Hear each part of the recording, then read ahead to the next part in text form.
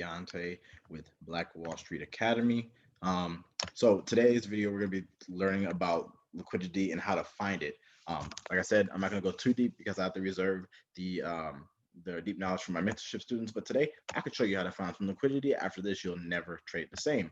So, and then after that, I'm going to show you an example of a trade I took using liquidity as just a confirmation for this trade.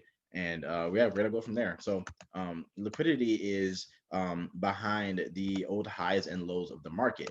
And how you find liquidity, I use this tool right here. Let me find the dollar sign here.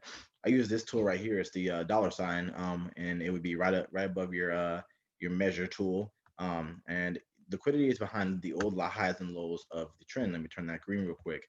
So essentially what's happening is banks can actually see liquidity in the markets. They have tools that normal people wouldn't be able to have, where they would be able to see like $20 million right here, $10 million in positions right here, let's just say 50 million down here, etc. And they'll be able to see exactly what you know where the retail traders are positioned in terms of their actual positions into a trade. So the fact that they're able to see is they're able to kind of manipulate the markets, which is why in the last video I told you always trade with the banks and not against them. And the retail traders, like I said, they get slaughtered every day. And you don't want to be on that side of the money. You don't. It's called the smart side or the dumb side of the money. So liquidity, banks chase liquidity. So that's a kind of something that you can note and write down, that banks chase liquidity, and because that's where the money is for them.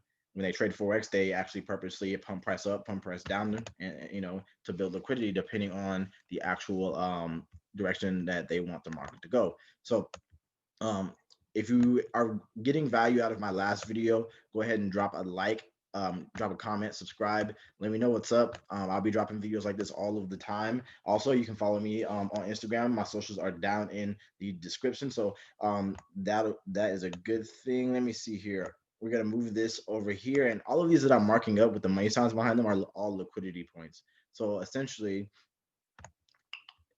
like I said, liquidities are on behind the old highs and the old lows of the market. So all of these are liquidity points. You have an old low right here, you have an old low right here, you have an old high right here.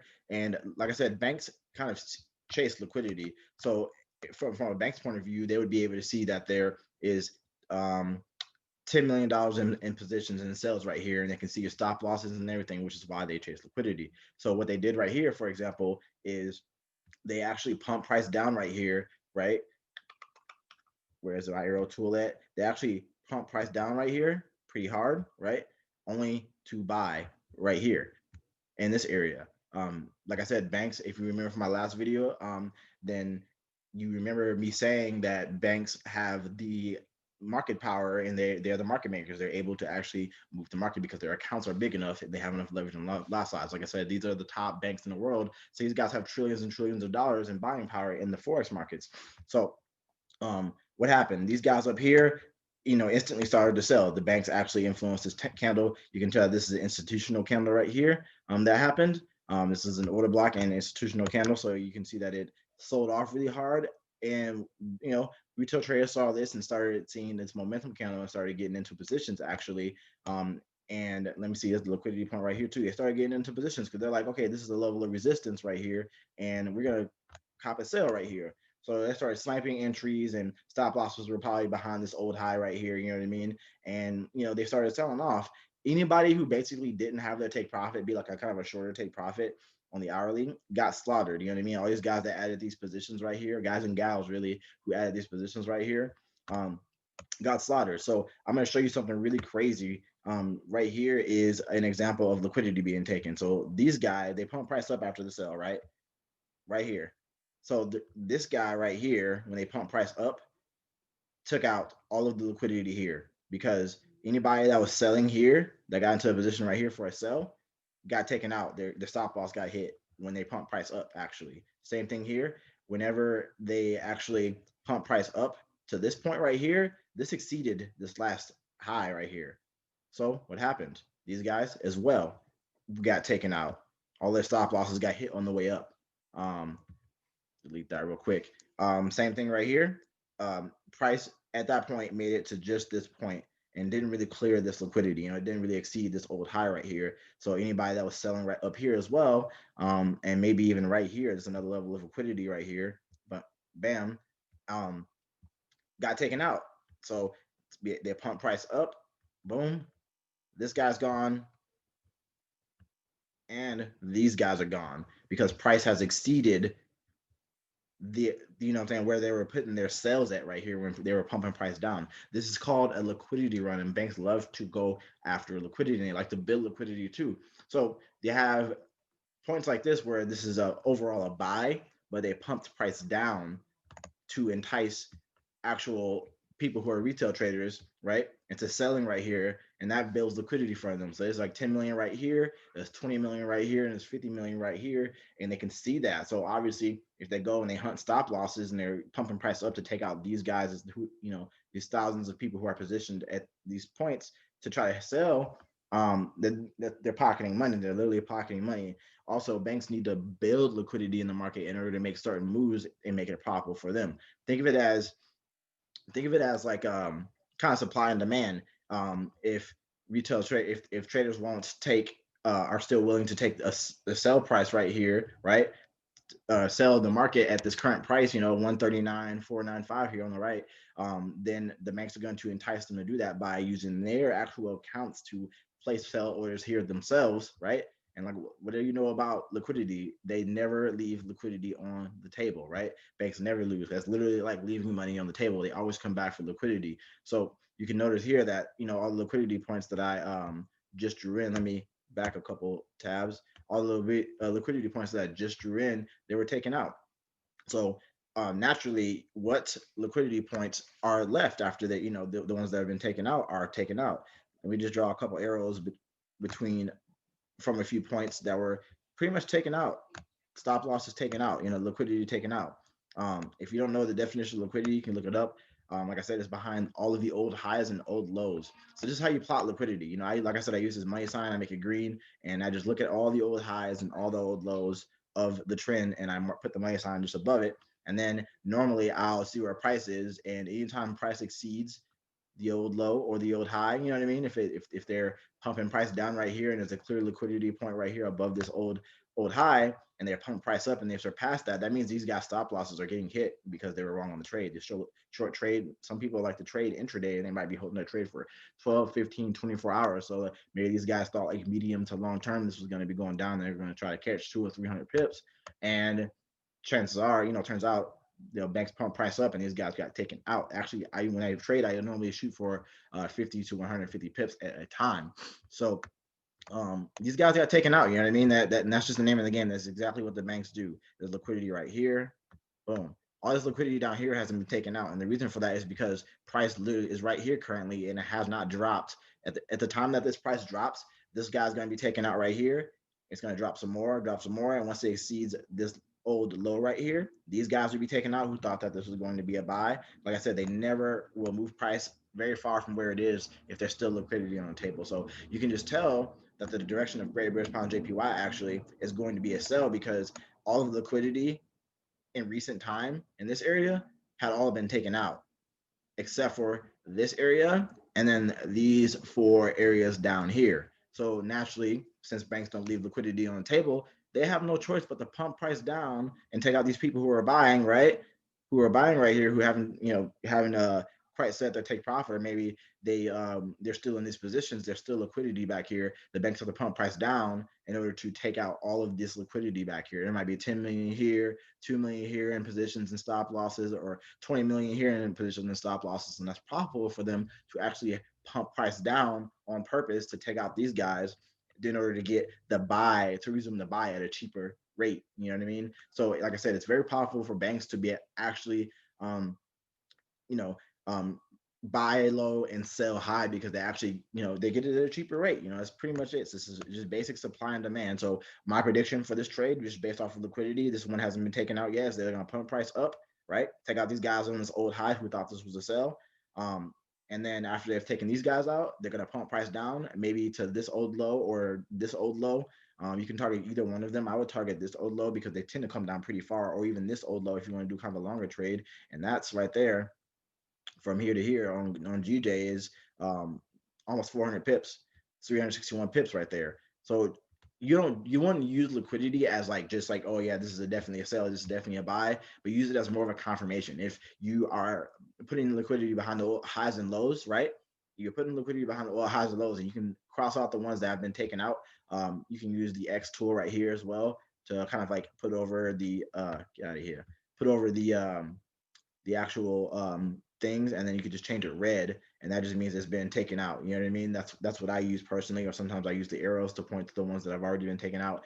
Your preference. The arrows look a little bit sloppy. I like to have my charts as clean as possible, but I was just using that as an example. I actually normally use this X right here, so it just makes your charts look cleaner, and you don't have to have all that crap on your charts.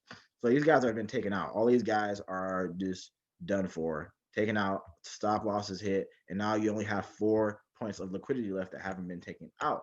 Um, like I said, to have a liquidity take, it's classified as price exceeding the old low or exceeding the old high. So right here, you can see that price exceeded this old high right here, taking out this liquidity. That's just how price, liquidity works. Like I said, banks always chase liquidity and they never leave liquidity on the table. Okay, so if you just see liquidity can actually tell you a story, right? It can tell you exactly, most likely, where price is going, and just based off of the rules of institutional trading and liquidity alone. You have to make sure you know the laws of liquidity. So it's going to come up, most likely take out this liquidity, and then it's going to be a sell.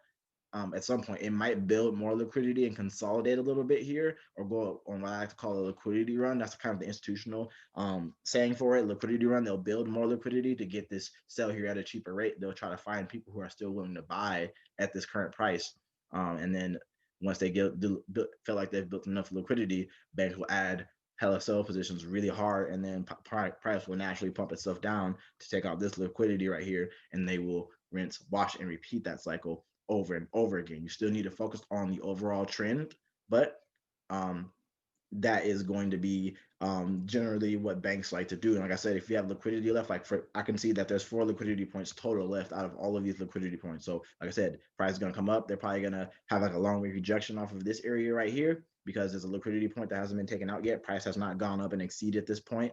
And then they're gonna sell off, and then probably at least down to this guy is going to be taken out. So you can have a take profit 1 right here, a take profit 2 right here, and a take profit 3 right here if price actually ends up going that way. So obviously, if you're on the hourly time frame, like I like to trade on, then you just monitor your trades over the course of the day or a day or two, and you'll see how far the trend's going to progress based on actual price action that's happening and stuff like that. Obviously, if it still has a lot of momentum on the trade, as you look at it, maybe check back every like 8 hours to see what's going on.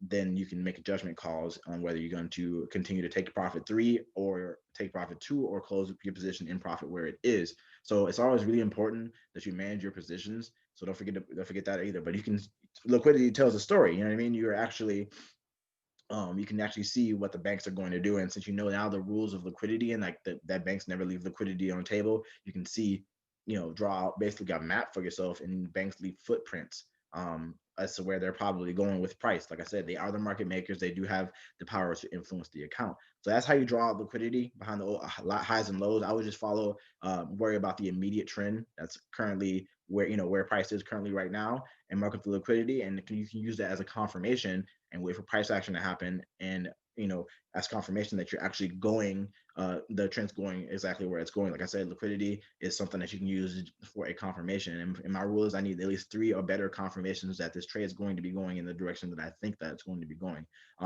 Before I continue and finish up, make sure you like, subscribe to this video, to this channel, and just show some love to the channel, because I'll be dropping more videos like this. If you did not see my very first video on the best scalping strategy of 2021, it should be popping up, or it should have popped up already on the suggested video. So you can go back to that video and watch that video. I'll be dropping a lot of value on this channel, almost too much value, but like I said, I got to give back to the Forex community, because someone one day gave me a chance to actually to actually be successful in this craft. So like I said, that's liquidity pretty much in a nutshell. I didn't want to go too deep into liquidity, but that's pretty much the basics of liquidity. And if you can remember that little lesson right there, you can use liquidity and mark up your charts just like this, the old highs and lows of the trend, and mark off the ones that are taken out. Long week rejections also count for taking out. So if you have a wick entry that exceeds the old high or low, that's a liquidity tank. You take, you know what I mean? So it doesn't have to be the entire candle. It could be a wick that ends up way up here, takes out all of these guys, and then recedes back. Whatever the case may be, just make sure that you actually mark up your charts and use liquidity as a confirmation that the trend is going to be going in the direction that you think it's going to go. So, like I said, like, subscribe, follow my socials down there, and also I am dropping a course.